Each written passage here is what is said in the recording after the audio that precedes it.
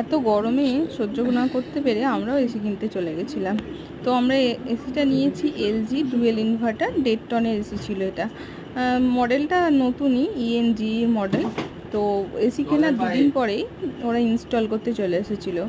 Installation করে দিয়ে দুজন মিস্ত্রি এসেছিলো, তারা এসে ইনস্টলেশন করেছে। আর এই দেখো এসি লাগিয়ে দিয়েছে।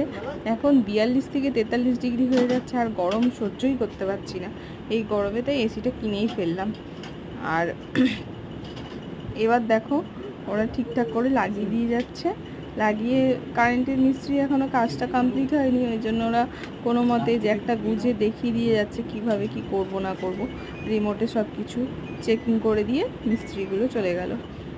তো এখন 16-এ দিলে এতই হাওয়া যে যে ঠান্ডার অনুভূতিটা, বাইরে যে এত গরম সেটা আমরা বুঝতেই পারছি না।